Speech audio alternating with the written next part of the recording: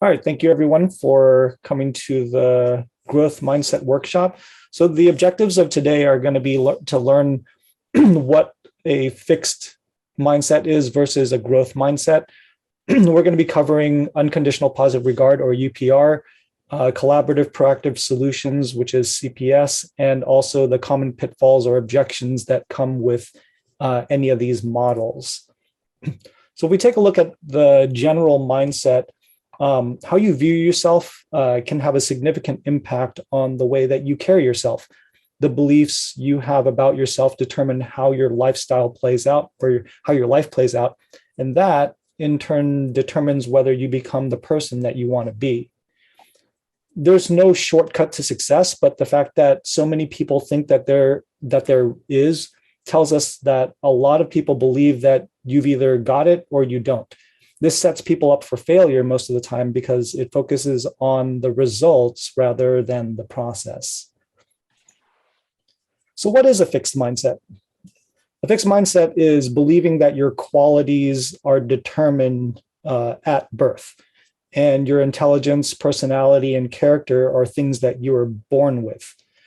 So ironically, the IQ test was invented to track progress rather than what it's typically used for now, which is to measure intelligence. It was originally a test to identify students that needed alternative education. So Alfred Binet, who's the inventor of the test, recognized that even his test was limited in its ability to measure intelligence and required further qualitative assessments as opposed to quantitative assessments, which is what an IQ test is. So all that to say that even intelligence isn't fixed.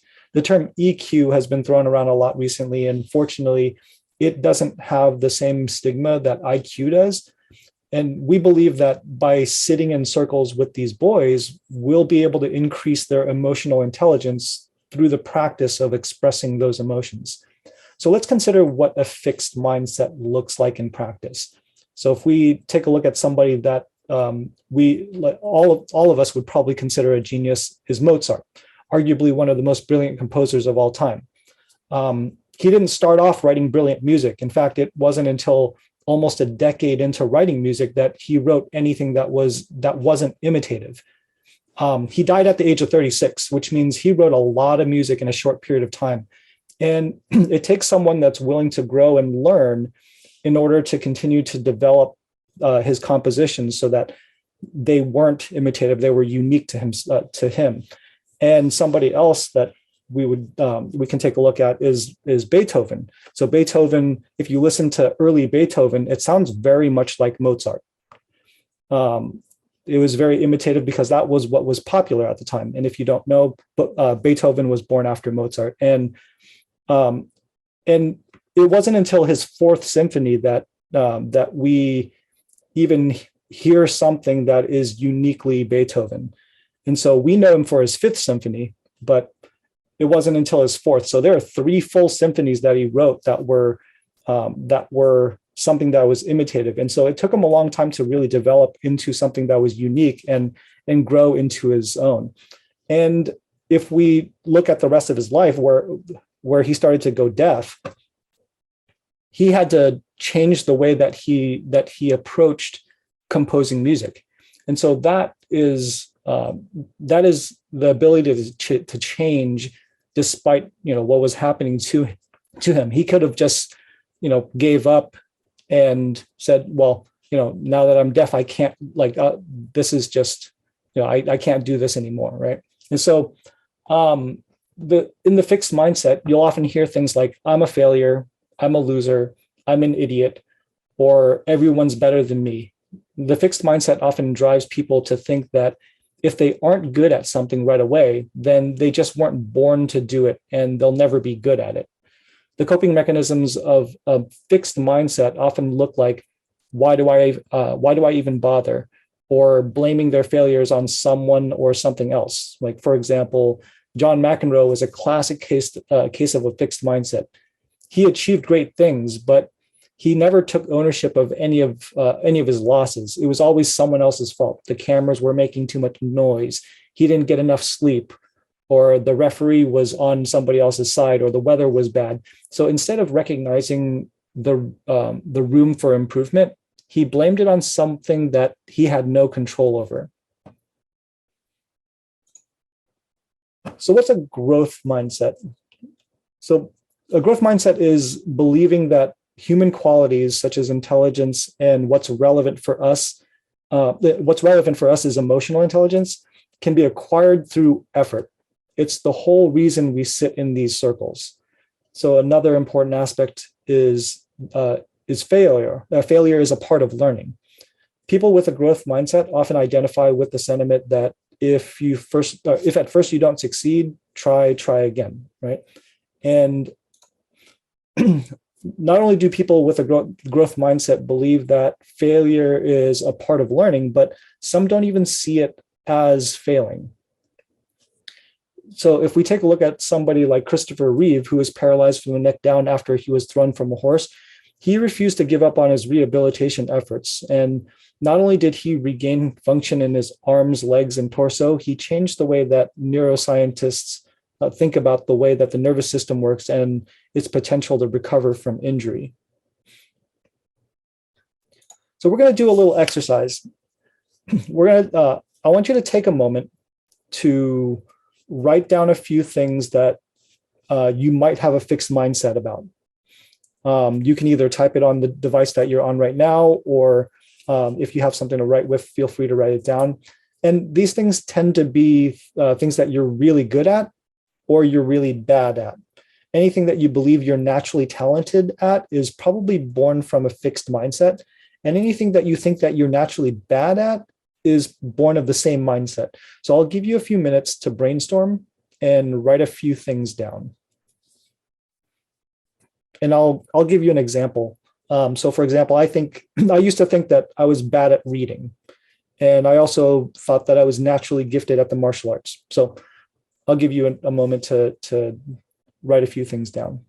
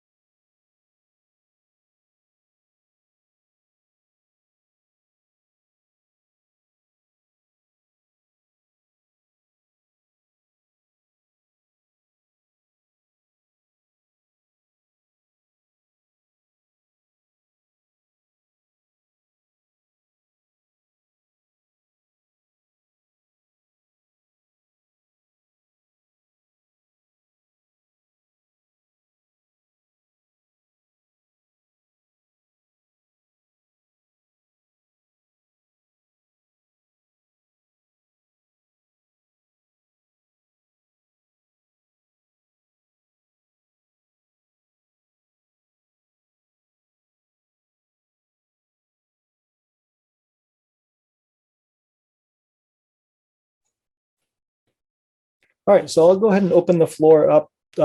If anyone would like to share what they wrote down, I'll open the floor up to a few men to share. Go ahead, Joseph. Yeah, something that I have a fixed mindset around is believing that I'm a very slow reader. I love to read, but it takes me a while, or it has historically taken me a while to get through books.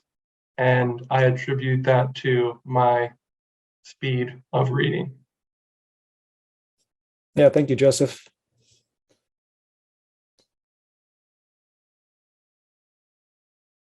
Anyone else? This is Steve. I have a comment. I Go ahead. was so amazed to discover that IQ testing was developed to see who needed to improve. I thought you were born with an IQ and you were stuck with it throughout life. So I'm impressed that there's some flexibility in there.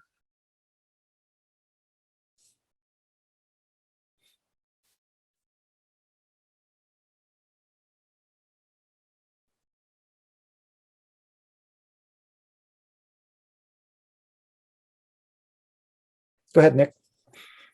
I've always felt that I've never been too good at analytical problems and subjects such as like data science or like math. And I've not naturally had an affinity towards it, you know, and a desire really to do it. Although I don't know if that's necessarily true. Yeah, thank you for that, Nick. I appreciate it. Is this something we're bad at or something we're good at? Either one. Either one. Oh. Okay, I'm very good at landscape design and maintenance because I did it for so many years, and I always wondered why men that worked for me did such ugly work. And then I went to Mexico and I figured out that, well, that's where they're from and they do it the way they do it there. But it's not the way we do it in Houston. But the other part, what I do bad is I have no talent for musical instruments, and like I can't even carry a tune or be able to sing a song. Yeah, thank you for that, Frank. I appreciate it. So, regardless of whether you're good or bad at whatever it is that you wrote down, consider the amount of effort that you all put into the things that you're good at. Like, so if you wrote down both good and bad things, so consider the amount of time and effort that you put into the things that you're good at. And then compare that to the amount of time and effort you put into the things that you aren't very good at. So I didn't start really reading a lot of books until after college. I hated reading. I didn't enjoy reading. And it wasn't until I buckled down and said, okay, I want to get better at reading, that I started to read more and I got better at reading. And I looked back at, you know, my martial arts career, and I looked at the amount of effort that I put into that, and I put a lot more effort into that than I did reading. So it goes to, you know, it's very clear as to what my interests were and how that affected the way that I grew in that realm. So how is this relevant to what we do at Boys to Men? So if we operate on the assumption that boys will be boys and that they're just born that way, we'd be operating on the same assumption that society makes about these boys. The reason that we're able to make an impact is based on the fact that these boys are still growing and learning. They can grow and they can change. So let's take a look at a few tools that we have. So the first one is unconditional positive regard, or UPD, or sorry, UPR. So UPR, there are no conditions of acceptance. It means caring regardless of who they are and what they do. It carries the message that you care about these boys and they have value and they don't have to do anything to prove that to you. So unconditional positive regard is a concept that involves accepting and valuing a person without judgment, regardless of their thoughts, feelings, or behaviors. So how do I use unconditional positive regard? So the first thing is to listen actively. Pay attention to the person you're listening to and work towards understanding their perspective without interruption or judgment. If you're familiar with the stages of listening, this is curious, engaged, and impactful listening. The next thing is to show empathy. You want to try to understand their emotions and experiences and express your understanding by reflecting back what you heard them say.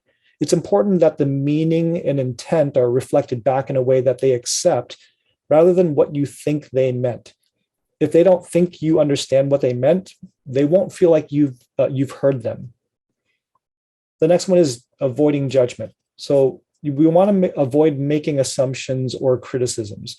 If you're thinking about how wrong they are, you're judging them. If you're thinking about how you can help or some advice that you can give them to fix their problems, you're passing judgment. Accept them as they are. The next one is giving support. Encourage them in their growth and self-exploration rather than directing them towards a specific outcome. The next one is respect boundaries. We want to recognize and respect their right to make their own choices, even if you disagree with them. That's really important. We rob them of their development in problem solving when we fix their problems, right? And so we want to remember that UPR requires a non-judgmental and empathetic approach. This helps create a supportive and safe environment for them to grow and develop. We level the playing field when we encourage effort over ability. And that's really important. I want to say that again, because we level the playing field when we encourage effort rather than praising them for their ability. We want to emphasize the importance of hard work, persistence, and effort over innate ability or talent. The next one is to celebrate successes, failures, and mistakes alike. It's important to not just recognize the successes. In fact, it's almost more important to highlight the value of failure as a learning opportunity and celebrate the process of improvement rather than just the end result. And the last one is encourage learning. We want to emphasize that learning is a lifelong process and that it's never too late to acquire new skills and knowledge. We want to provide opportunities for challenge and growth. We want to offer opportunities for the boys to engage in activities that challenge their abilities and promote growth. So we're going to do another exercise. So let's take a moment to remember that it's hard working with students with challenging behaviors, right? That goes without saying. I want you to reflect on someone that you've encountered that was a challenge for you. And then I want you to think about what were some of the challenges that you had to overcome as a teenager? What were some of the skills that you learned that allowed you to overcome those challenges? And so I'll give you a moment to reflect on that.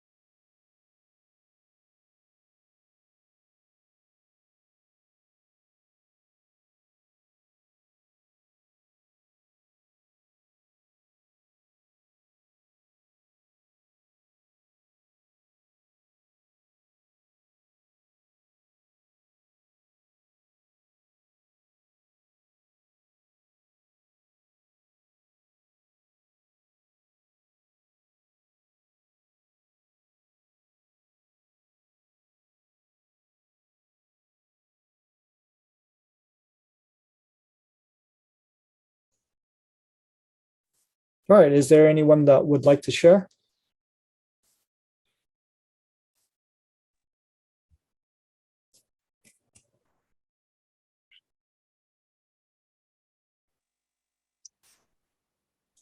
Yeah, I'll go. A personal challenge that you've overcome. For me, getting through college was pretty tough. It took me 7 years to graduate, and there was a handful of times, or more than a handful of times, that I thought about throwing in the towel. But I would say how I overcame that was just touching in with my why and my goal, and then also just being persistent and just, persistent and consistency day in and day out to remind myself of why I was doing what I was doing. Yeah, thank you for that, Joseph.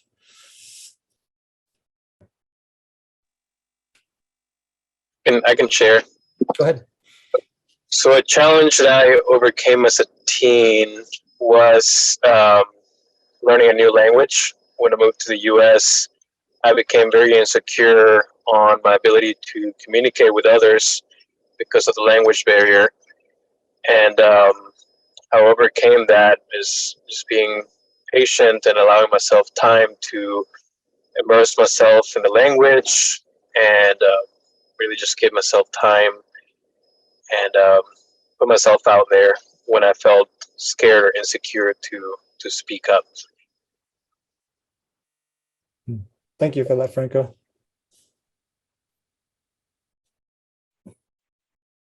I can share. Go ahead, Jay. Yeah, for me as a teenager, a personal challenge for me was at 18, I was going to go to prison for 5 years.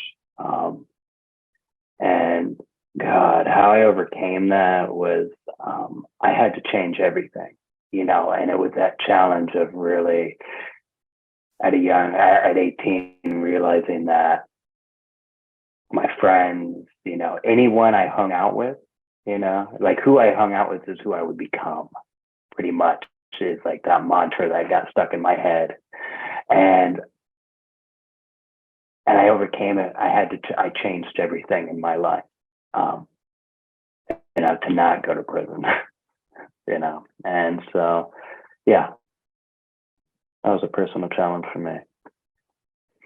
Thank you for that, Jay. I can share. Yeah, go ahead, Attila.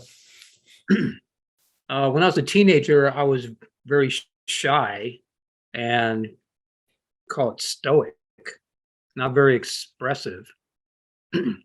And I took that on because of a belief, a mindset that I accepted from my dad, which was whatever I did wasn't good enough. Whatever I did do, it could have been better. And so my dad wasn't very emotionally expressive, so I wasn't. So everything that you listed on the previous slide was what I didn't get. But what I started to find out is that through athletics, through surfing, I was running track, and I lettered in 2 events in track. And then I got a girlfriend. All of a sudden, then I started to gain my confidence by just pushing my limits and trying things that finally got me to realize that my dad was full of shit. And that took me a while. In fact, it still hangs in the back of my mind, and that comes to the surface every once in a while. But I finally figured that out after just a lot of heartache and things like that over time. But it was finally pushing the limit, going, there's got to be something better than this. Yeah, thank you for that, Attila. Christopher, I saw your hand go up. Did you still want to share? Yeah, sure. Something I overcome was I just had a lot of anger towards my mum leaving my dad, and I just sat down, no idea why I did it, but 2 days I sat down and just thought deeply about the whole scenario, and just forgave her. I've never really talked to my mum about it. I've forgiven her, and after that I could then form a relationship with her again. So before that I couldn't be around her for more than 5 minutes, but after that we formed a relationship, moved on. So yeah.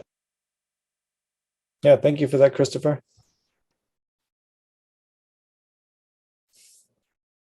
All right, let's go ahead and keep moving forward. So the next thing that we're going to take a look at is collaborative proactive solutions. CPS is an evidence-based model that takes an empathetic approach to addressing behavioral challenges. And it starts with the premise that kids will do well if they can. And this is very different from kids will do well if they want to. Accepting the premise that kids choose when they want to do well assumes that kids have all the tools that they need to do well, but choose not to use those tools. Assuming that kids are always trying to do well and they prefer to do well over not doing well opens up the opportunity for them to learn the skills that will allow them to accomplish their goals. Just remember that in one of these assumptions, kids want to do well and need help developing the skills to do well. And the other assumes that kids know how to do well in all situations and choose not to use those skills. So taking on a more empathetic approach can be difficult and requires a great deal of effort to be introspective and reflective of the tools that we may be lacking, right? So it's important that we recognize that we don't know everything. And this is not an easier method, but it is more effective once you've learned how to navigate the model. So let's take a look at a few common objections to CPS. The first thing is he just wants attention. Well, guess what? We all want attention. So this isn't useful for helping us understand why he's acting this way. If he's seeking attention in a maladaptive way, this just tells us that he lacks the skills to gain attention in an adaptive way. The next is he just wants his own way. Well, we all want our own way, so this isn't helpful either. If he knew how to get what he wanted in an adaptive way, he wouldn't have these challenges. The next thing is he's manipulating us. This assumes that the boy is capable of forethought, planning, impulse control, and organizing. And these are skills that are necessary for manipulation. And the understanding of these behaviors is usually lacking in these boys that are exhibiting challenging behaviors. So the ones that are accused of being manipulative are often the ones that are least capable of it. Next one is he's not motivated. This aims right at the heart of kids do well if they want to mentality. Why wouldn't a kid want to do well? What makes anyone think that he would choose to not do well? So the next one is he's making bad choices. Well, of course he is. If he had the skills to make choices that served him, he wouldn't be challenged with behavioral issues. The next one is his parents are incompetent disciplinarians. And I hear this one a lot. And even if the parents are bad disciplinarians, it doesn't help us effectively support these boys with the challenges that they face while they're not in the care of their parents, while they're in our care. So if anything, this should motivate us to do what's right while they're with us. And the last one is he has a bad attitude. He probably didn't start out that way. And a bad attitude is more likely the result of years of being frapped on. So that's fixing, rescuing, advising, and projecting. They're overcorrected, they're overpunished, they're overdirected, and they're misunderstood by adults that didn't understand that he was lacking healthy coping skills. So if these objections aren't good enough, what should we be doing instead? So we're not here to diagnose anyone. We're not doctors or therapists. And even if we could diagnose them, well, some of us aren't doctors. And we're not here to diagnose anyone, right? So, and even if we could, it doesn't tell us anything about how we should approach those diagnoses. I don't know the first thing about treating ADHD, depression, PTSD, or anxiety, or any other host of diagnoses, but what I can do is look at the difficulties these boys are having and help them develop the skills to navigate their environment in a way that serves them. So we're going to do another exercise, and so I'll give you another moment to read through this list. And I want you to take a moment to reflect on one that you connect with or one that really resonates with you. So after about a minute, if you'd like to share how it resonates with you, I'll open the floor up again for comments. So go ahead and take a minute to do that before I open up the floor.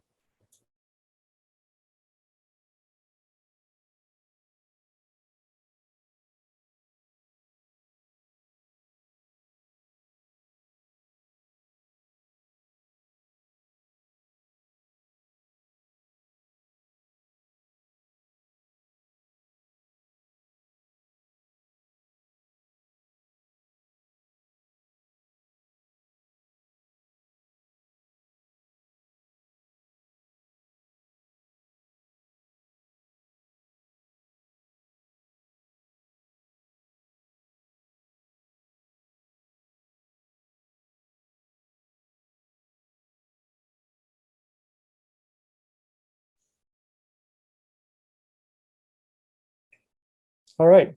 Who would like to share? How about number 6? His Go ahead. parents. His parents' fault. I'm a product of the 50s, and very few working moms, very few single moms. No mass shootings, very few problems with teenagers. And I think what changed is the moms are working, the dads are working, or maybe there's no dad. and we just one of the reasons I joined Boys to Men is maybe somehow take the place of a father figure, and I'm learning how to do that. But yeah, number 6 resonates real loudly with me. Yeah, thank you for that, Steve. Attila, you unmuted. Go ahead.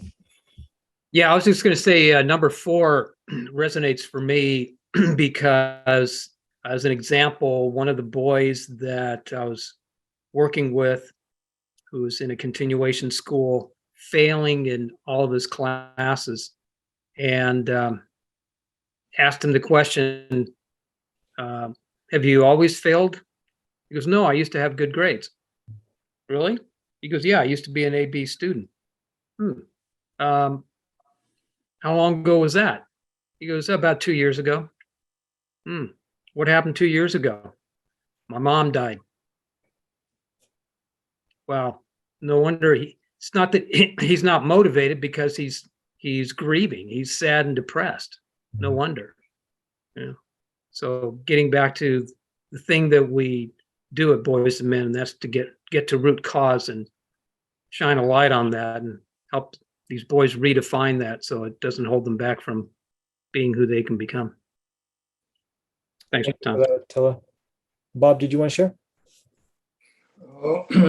No, what I wanted to say is that I didn't realize what you were saying is that these kids wants attention or want his way, but they don't have the skill. You were saying the word that I didn't get it before. They didn't have the skill to do things in a more in some way acceptable way, but it's in a more socially acceptable way. Yeah. So thank you for that. It helped me a lot.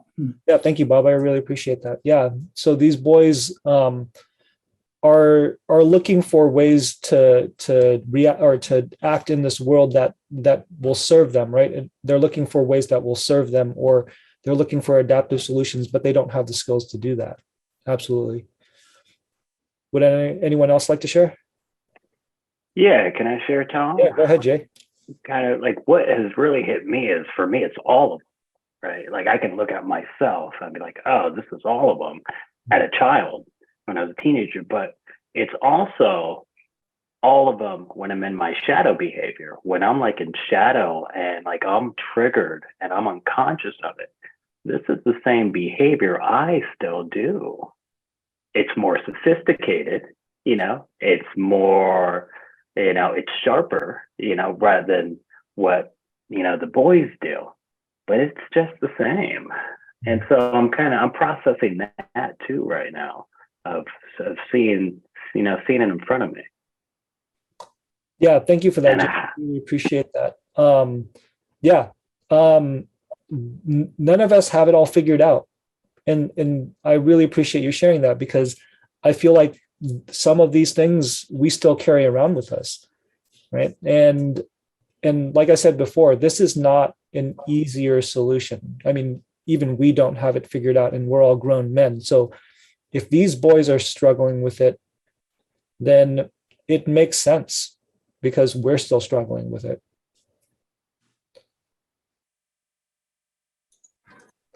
I'll go ahead and go ahead. Perfect. I'll go.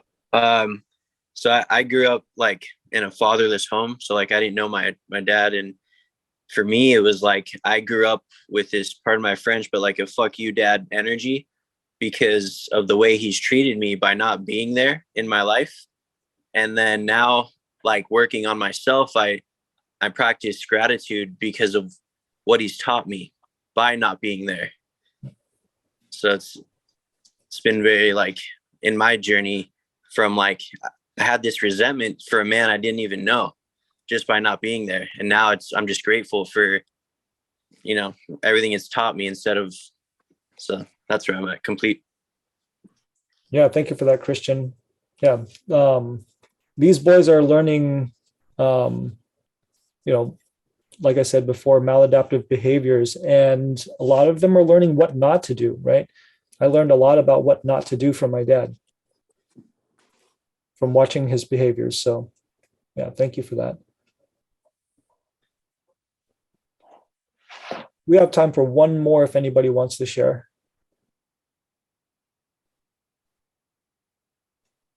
All right, I'll go ahead and move forward. So how do we apply this CPS model? Now, I want you to remember that this is a collaborative effort. If we're advising, then we're no longer helping them develop their own tools to navigate life. We're also telling them that we know better when we don't know what's going on in their lives. The next part is that this is proactive, which means that it's meant to be a strategy that prevents the challenges from even happening. So the first thing is building empathy. These are the empathy is understanding what the boy's concerns are. The goal is to understand exactly what it is that's causing the struggle. This step is heavily reliant on listening and reflecting back to them what you heard. It may also require some digging in the form of questions, and it's perfectly okay to ask open-ended questions to clarify what it is that they're saying. So what this looks like is asking what, how, and when questions, open-ended questions that dig a little deeper into how he's feeling and what he's struggling with. So how do you feel? What are you struggling with?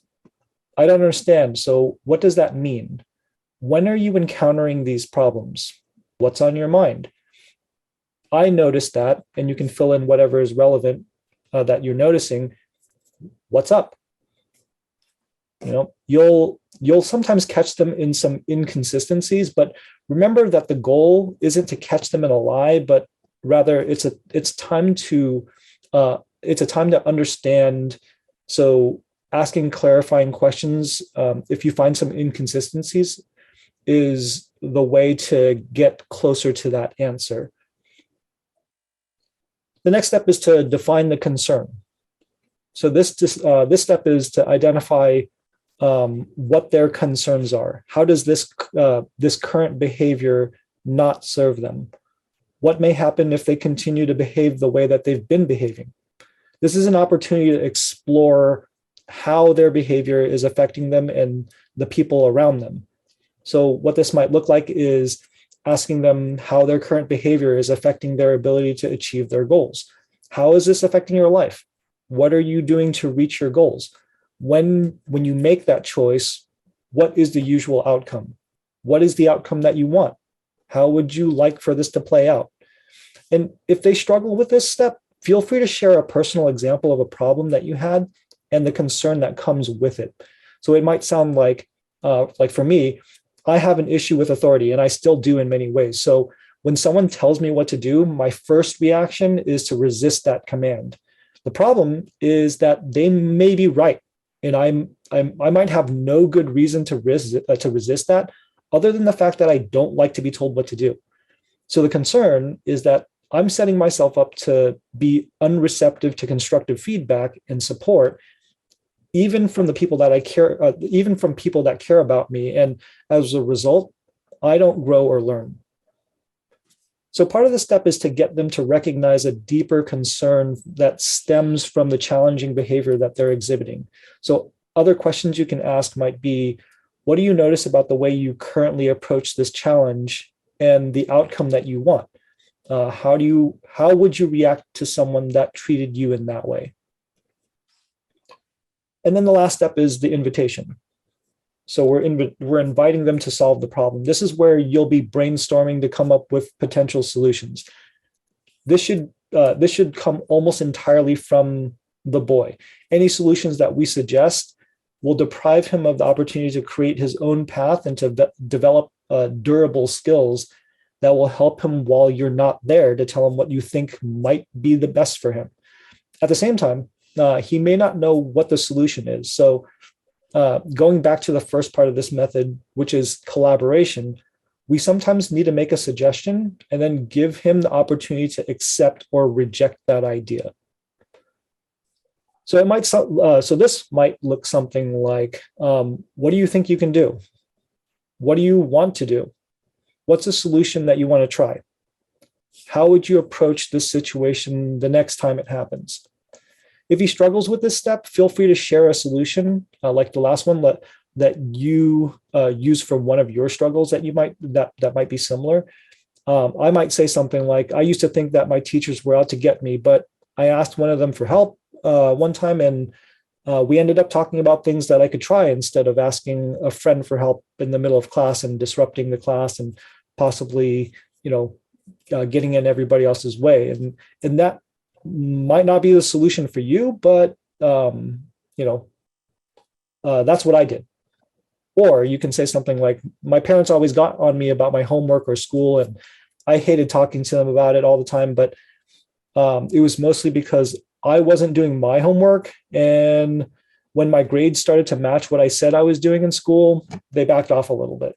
And that might not work for you, but that might help you come up with a solution, your own solution. And so remember that this is an invitation to solve their own problems. This isn't a time to solve their problems for them or come up with a solution that you think will work best for them. This is an exercise in developing the skills to problem solve. So they're developing that skill. And there's no way to do that without practice. You've got to let them do it. And you've got to let them try on their own, and you've got to let them fail. And that's just something that we have to allow. So some pitfalls can occur at each of these steps. So we're going to consider a few of the common ones. So in the empathy step, it's common to move on to the next step too soon. We sometimes have an idea in our minds that we want to get to in order to solve the problem. And then, and time isn't really given to understanding what the potential cause of the unsolved problem is.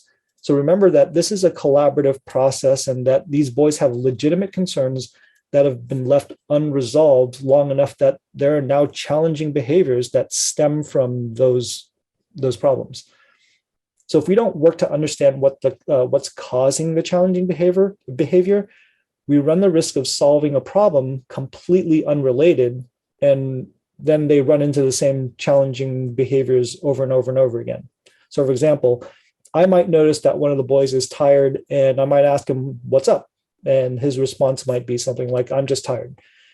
I might think that he just did the typical teenage thing and stayed up late on his phone or is playing video games. And if I move on to the next step and define the problem as he's tired and just needs to get to bed early, then when I move on to the last step of the invitation, I have no idea what is causing him to go to bed late. And so this step requires digging into what, how, and when, and it really requires a lot of work to understand. So the next one is defining concerns. So this step is often confused with defining a solution. Like the previous step, it's all too easy to jump to the solution and skip figuring out what the problem is to begin with. Without understanding why it's important that we address the particular issue, it can be lost on the boys as to why they should even bother with a solution. So if we effectively apply the first step, the boys will feel heard, but they won't have a clue as to what the purpose of finding a solution is. So for example, we develop empathy by asking what's keeping him up so late. And we discover that he isn't going to bed because it's not because he's on his phone, but because he's stressed about being bullied on his way to school. And we've defined that problem as he's not able to sleep even when he gets to bed early because he's stressed. So now that we know the problem, and we jump to the last step, but he may not understand how his lack of sleep is affecting him and the people around him. We haven't bothered to ask him how sleep is affecting him, and he hasn't defined the problem for himself yet. So we're merely asking this or making the assumption that he knows because we've figured it out, or because we figured out that he's stressed. So we're assuming that he understands the problem. So in order to get to the point where we've defined the problem, we have to ask questions about how his lack of sleep affects him and those around him. And the last one is the invitation.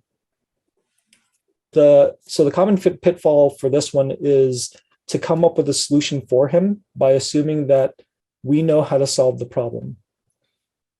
the reason this step is called the invitation is because we're inviting him to come up with a solution.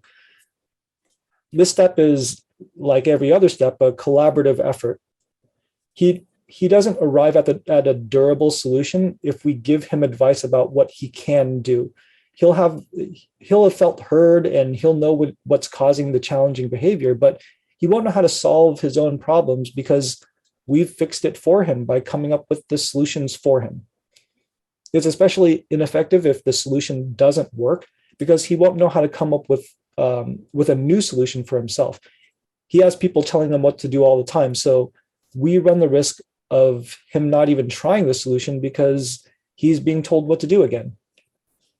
So for example, we develop empathy, we clarify the problem, so he understands the aspects of his life, or what aspects of his life are being affected by that behavior. And now we give him a solution, right? Your solution doesn't work, and he keeps trying the same thing over and over again to no avail, since he hasn't had the opportunity to develop his own solutions, he fails to come up with something that might serve him. He doesn't develop the ability to problem solve, and ultimately falls into the same trap over and over again until he discovers that he's still struggling with sleep because his first solution didn't work, and he never tried anything new. So as you can see, there are easy traps to fall into, but they're also really easily avoided if we just take the time to address each step. You'll know that you've completed the steps when you've reached the invitation step, feeling like you understand the reason behind his challenging behavior, and he knows how this challenging behavior is affecting him and those around him. So you're helping him figure out a solution for himself. So ask a lot of questions, give him the opportunity to come up with a solution, even if you judge that it's probably not going to work. By working with him to come up with another solution, we're helping him build the foundation for solving his own problems. And so if we keep in mind that these boys would do better if they had the tools to do better, we can use the tools that we have to help them develop their own solutions. They start to grow and they learn, and they can develop tools that serve them. And everybody's got their own unique tools. We all have our own unique tools that work for us. So, and even if there are aspects of their lives that they think are fixed, they'll be able to navigate life with a few sorry, let me say that again. Even if there are aspects of their lives that they think are fixed, like that they were born that way, they'll be able to navigate life with a few growth mindset tools if we set them up with this model. And that brings us to the end of our workshop. And so does anybody have any questions or comments? Yeah, go ahead, Bob. Yeah, asking these questions, I think must take a lot of skill, because most of the boys, they're not interested in us digging into their life and getting personal. So you have any tips on how? Yeah, that's a great question. Yeah, I appreciate that. You're right. You're absolutely right. These boys don't want us digging into their lives. But a lot of them come from a world where they aren't heard. So they want to be heard. And if I share something that's true and vulnerable about me, that models for them what it looks like to share. And so if I create that invitation, then it opens up the opportunity for them to do the same. That doesn't mean that they'll take it, but it is an invitation. And it's always an invitation. It's always an opportunity for them to step in. They get what they put into it. And so I'm not there to drag it out of them. And what I am doing is I'm giving them the opportunity. And I hope that answers your question. All right, Attila? Yeah, I gotta weigh in on that one to say that yeah, they don't they don't want some old, especially in my case, some old white guys digging around in their personal business. Is the mindset version. The more enlightened version is that we develop that skill ourselves by creating the safety for them to be able to do what Tom's just talking about. If we do a good job of creating the safety and they trust us, then you find the one extrovert kid who's just dying to express himself and to be heard, as Tom pointed out. We all want to be heard, but we also want to be accepted, understood, acknowledged, and all of that. If they don't trust that they're going to get something, if they don't trust that they're going to get that back from us, then of course, then they're going to look at it. They're going to look at us prying into their personal life in order to judge them. But if we establish with them that we are safe, that and the way we create that safety happens in the very first meeting or two, and it's us demonstrating or modeling to them how to be genuine, authentic, vulnerable, real, and when we lay out ourselves and show up authentic, then they'll start picking up on that. And the first boy that they'll see that has the courage to step forward or feels the safety and gets an opportunity to express that, and we give them that sense of support, and we give them all the things that they didn't get from not having a dad or an abusive dad or divorces and everything else. Once they get to have that experience, then everything opens up wide.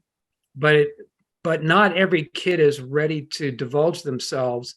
But I'll tell you, after about 6 months, when they see other boys in their group getting the benefit of the support and the love and the empathy and the compassion that we can demonstrate to them, then even the worst ones by the end of the school year at least will finally open up, and we'll see some changes. Not all of them, certainly not in the beginning. None of them want to be exposed because nobody wants to get judged. So it is all about creating that safety. Yeah, thank you for that, Attila. Joseph, you had your hand up earlier. Yeah, for me, I really like the 3 levels with CPS applied. Since I mentor and I'm up on the mountain for the AMW weekends, that really hit home for what we do with sword work. And I really, really like your emphasis on the first one of build empathy. I think that it's so key to let these boys emotionally feel what they're going through and have that impact to their well-being, be seen, heard, and witnessed, because we're giving them the time of day and saying you matter and what you go through matters. And I think that first part is so, so crucial, both on the mountain and in group. And then the second part, defining the concern, just makes me think of Joe Segerson every time he does sword work, where he just goes, what's the price that you pay for that behavior? And I always think about that, because growth mindset is having awareness and taking responsibility. And those are some of the key tools that we're giving these young men, is to think about, what am I doing, having awareness, and then taking responsibility for the consequences of our actions. And with that responsibility is the growth mindset behind it, where if I change what I do, I can change the outcome of where I'm going to be in the future. And so giving them that awareness and letting them decide the path that they're going on, which you talked about so eloquently for the third point of the invitation to solve the problem. So I really appreciate that outline. That was super helpful. Yeah, thank you for that, Joseph. I really appreciate that. Albert, you want to say something? I think Joseph pretty much covered, very well, and tell what I wanted to echo, which is the same. I think it just boils down to 2 things, really. It's accountability and empowerment. you know, and it's all built just, if you just take those two things and nothing else, just accountability and empowerment, and you place them on one foundation, which is the foundation of just trust, establishing trust, right? I mean, that's what it is. To answer Bob's question, right? It's like you establish the trust, you gain their trust. How do you do that? You do so by being honest. You tell your own story. You be vulnerable. You be as vulnerable as you'd like for them to be with you. You know, if you want them to go to the depths, then, you know, we have to be willing to go to the depths. You know, if I'd like to be able to hear a boy tell his deepest, darkest secrets and the shit that he's challenged with or going through or that he's survived, then I've got to be willing as a grown ass man to be able to discuss everything that it is that I've survived, that I'm going through currently and have gone through in my past, you know, and then the lessons I've learned. And I think that makes them feel the safety, right? And that's what gains the trust is, okay, now you're sitting across from like one or two or three or four or five grown men who are cutting themselves wide open and sharing with you as a young man, you know, 40, 50, 75 years worth of just like, this is what I've gone through, you know, and I don't know exactly what you're going through, but what little you've shared with me, you know, it's touched me enough to want to kind of ignite in me the desire to share with you some things that have gone on in my life as a grown man that are quite similar. And then all of a sudden you build a discussion around that. And the next thing you know, it opens up because then, you know, four other guys in group or like, you know, 6 or 7 other young boys who are sitting in it are going like, oh my God, that's my story as well. You know, now you have this grand field of like empathy and sympathy, and everyone's sitting around and they can't help but to want to discuss and to share more about themselves and what they're going through. And it's just ignited from there, you know, and I mean, we just build on that, right? And I don't know. Yeah. I mean, so similar. I think it's like trust, establishing the foundation by showing up as men and being vulnerable and honest and holding that frame and that space and ensuring a safe space in which for everybody to be able to healthily communicate and express themselves. And then to kind of just, you know, hold each other accountable. Right. And then I think that's where the empowerment then stems from. Yeah. Thanks for bringing that issue up because I'm almost thinking now you and Tom must have corroborated on this. You know, it must have been a setup question because it opens up and it goes right to the crux of what we do and how we do it and why we do it. And this is, you know, Tom bringing this whole topic in here. We just got a chance at an opportunity because you raised the question, gave us an opportunity to really get down into the develop on how the skill is developed for these boys to be able to do this whole shift of getting into a growth mindset. So, you know, thank you for bringing that up. It just seems like it was a perfect setup for this training. Yeah, I think that it's important that when we do show up, that they see somebody that's imperfect. They need to see that, because when they see somebody that they look up to as being somebody that's still growing and still learning, it gives them hope. They realize, oh, well, if they're still figuring it out, then and these are the kinds of guys that I want to be like, then maybe I've got hope like that. Maybe I can be, you know, a little bit of that and not be reaching towards this idea of perfection, because that's so far out there. But when they see a human being on the other side, it's easier for them to say, oh, you know, I can do that. That didn't look so hard. I can be, you know, struggling like that. I'm already struggling, so I can do that. So it humanizes what they are trying to achieve. It really brings it down to earth, what it is that they're looking to become. So it's not this thing that's so far out there and so nebulous that they can never figure it out. Tom, that was brilliant how you said that, man. I think that might be part of the issue sometimes is maybe some of the men, if they do have any men or male role models in their life, they're kind of placed on this platform above them, right? And it's often one of condescension that's looking down on them, shaming them, blaming them, telling them that they're not enough, holding them to these very unreasonable expectations in life sometimes, right?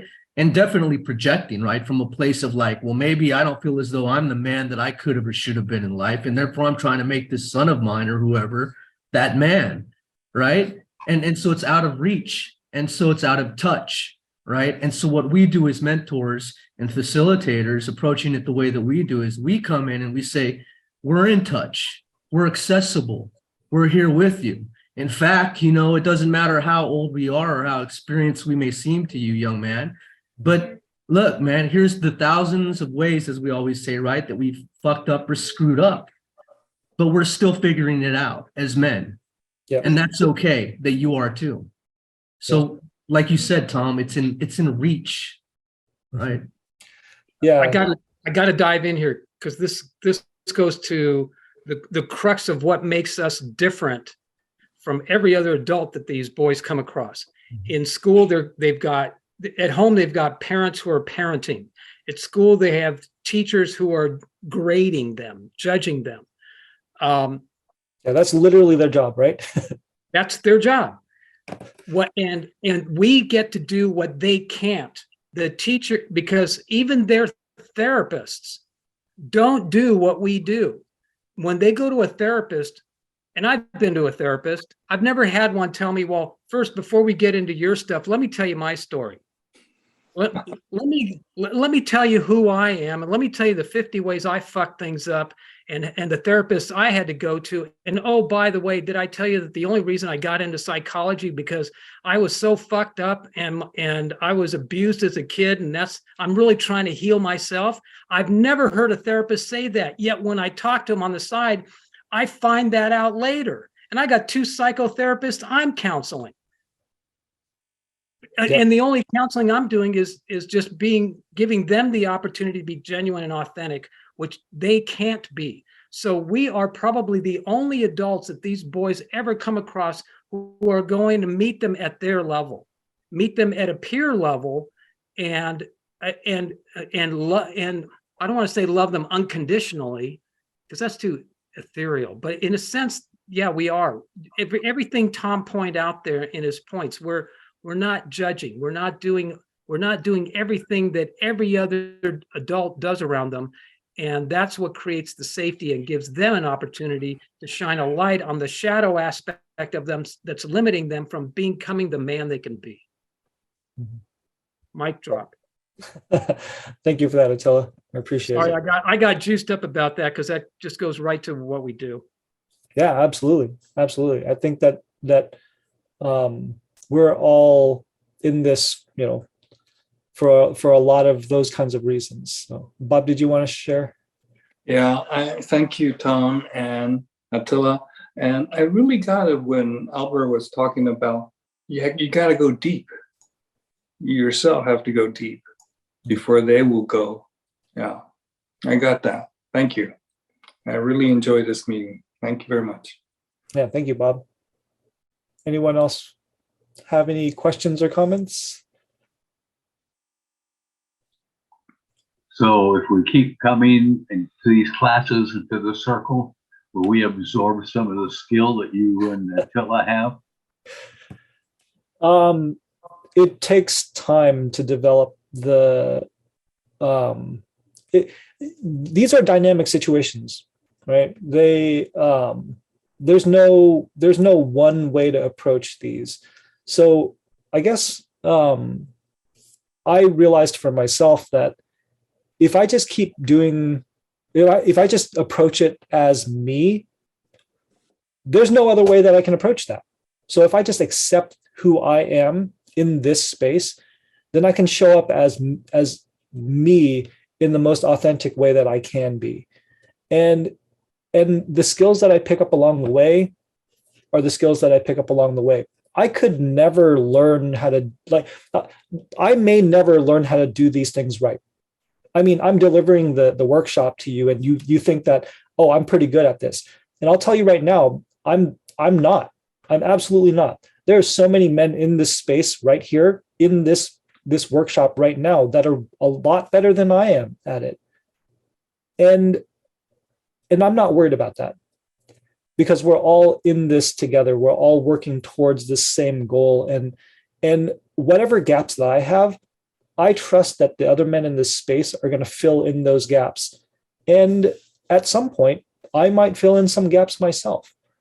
And that's okay. And there's no shame in not knowing. I have no shame in not being able to apply some of these things. I read through, when I do the research and the readings for these workshops, I'm just going through, oh yeah, there's a gap in my skill. There's a gap in my skill. There's a gap in my skill.